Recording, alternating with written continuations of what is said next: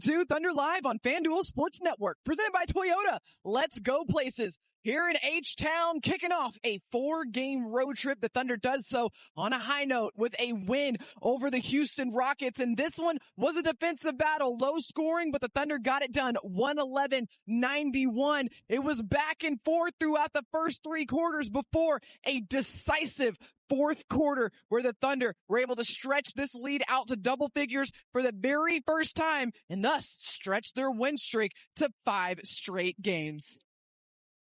Hey everybody, welcome back inside of Toyota Center and into Thunder Live. I'm Paris Lawson alongside the Thunder's very own Royce Young. And Royce, the final score really doesn't do this game justice because there were so many lead changes, 12 to be exact, all of which took place in the first 3 quarters of action. But the common theme here was the defensive intensity that we saw from Oklahoma City, and that really locked in that fourth quarter. Yeah, just 16 points for the Rockets in that fourth quarter. The group, to begin that quarter, Paris did an incredible job of really turning the game on its head with stop after stop. And really, if you look at the totality of this game, the Rockets scored 91 points. Yeah. 25 of those came via second chance points. So the Thunder's first shot defense tonight was outstanding. Basically, the offense that the Rockets engineered came on second chance points. That was really it. But the other main thought beyond just the defensive, I just want to commend SGA tonight. He got his 20 points. Mm-hmm. He had to work for it, but he had to work for it because of the scheme that the Rockets ran against him. They doubled and triple teamed him. That is as many bodies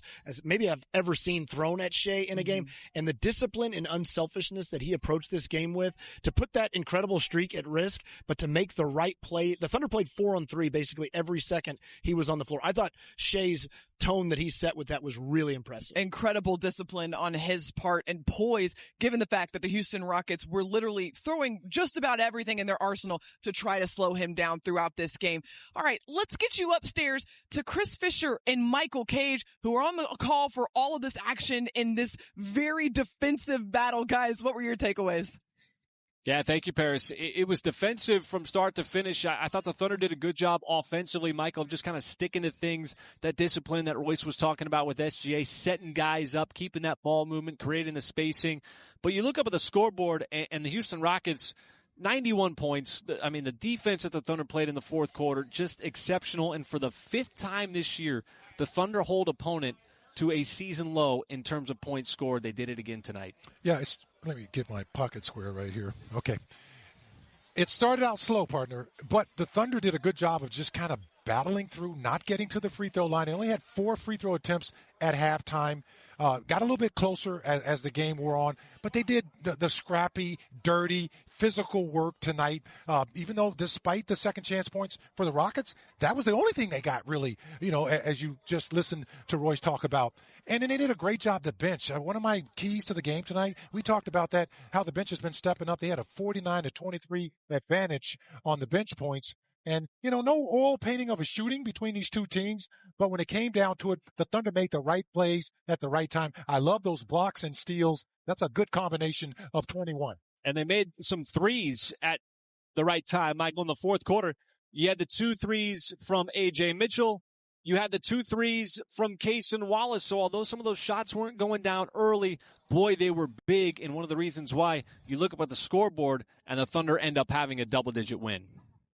Yeah, just absolutely incredible defensive effort and multiple contributions from the guys in that second unit, to your point. And Michael Cage, pocket square, looks fantastic. Great call there. Thanks, Chris and Mike.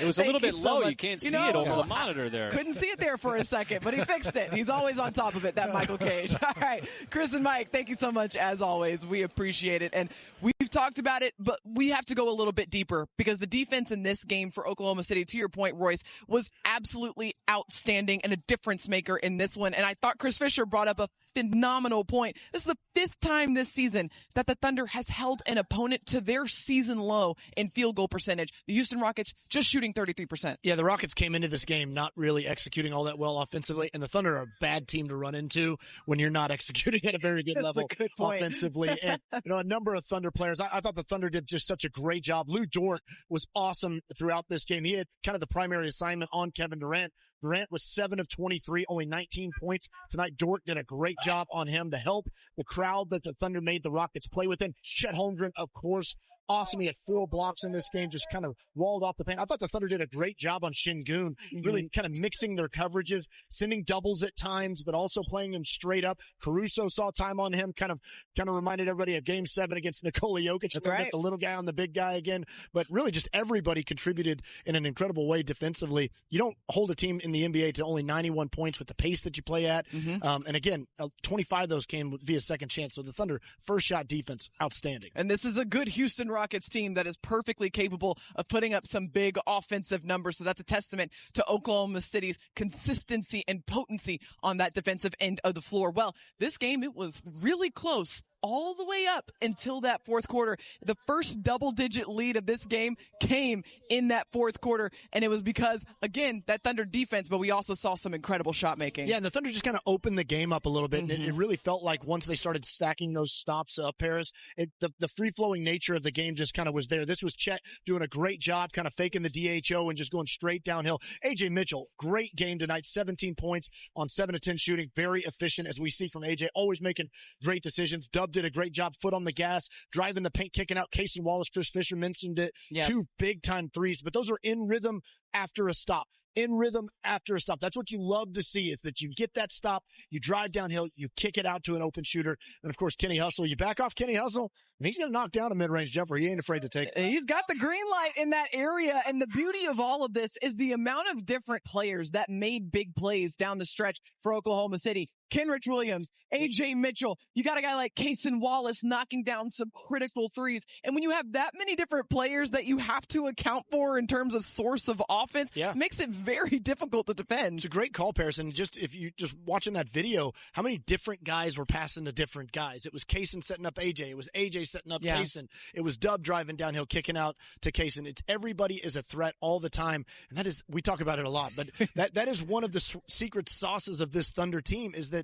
they're so difficult to guard because everybody is live on the ball and everybody off the ball is live. And that's a lot to deal with for a defense. Yeah, no telling who's going to be the difference maker in any given moment for Oklahoma City. And that's why they've been so successful. Big reason why they were able to pick up their 5th consecutive win here tonight, this time over the Houston Rockets here in H-Town. All right, stick with us here on Thunder Live. We got to talk about one of those difference makers. It was Chet Holmgren. We got to break down his all-around performance when we come back right after this. Houston, the Thunder took care of business with a 111-91 win over the Rockets. And after the game, our very own Nick Gallo got a chance to chat with Ajay Mitchell. Let's listen in. AJ, this was a close game throughout, and in the fourth quarter, y'all go plus 18. What was the difference in the energy level or the scrap there in the fourth? We stayed together and had energy for 48 minutes on both ends of the floor. We knew it wasn't going to be an easy game, but we stuck together and got the win. The second half defense just seemed to be such a grind for them to try to score against. What was key in terms of the execution on that end? I mean, for us, it's playing the way we always played, being aggressive on defense, switching, being ready to go, knowing their personnel, and I think we did a great job at that. You seem to just feast playing 4-on-3 on the backside when they were hard double teaming J-Dub or Shai. What are the keys for you in those moments? I mean, just try to create an advantage and try to be open. Obviously, when they're doubling like that, trying to get open and create an advantage for me or my teammates. This is a tough place to come play. How did you guys kind of maintain your composure and level-headedness and patience throughout this game? Could you repeat that? The patience that you all took to this game when things were kind of a grind for a little while. I mean, just being the team, I think for 48 minutes, and we did what we were supposed to do, and we stayed ourselves throughout the whole game, and that's the most important for us. You guys definitely have that identity, and you get to it every night. Thanks, AJ. Congrats. Thank you. Nick Gallo, ever the professional, unfazed, talk about patience, getting the job done.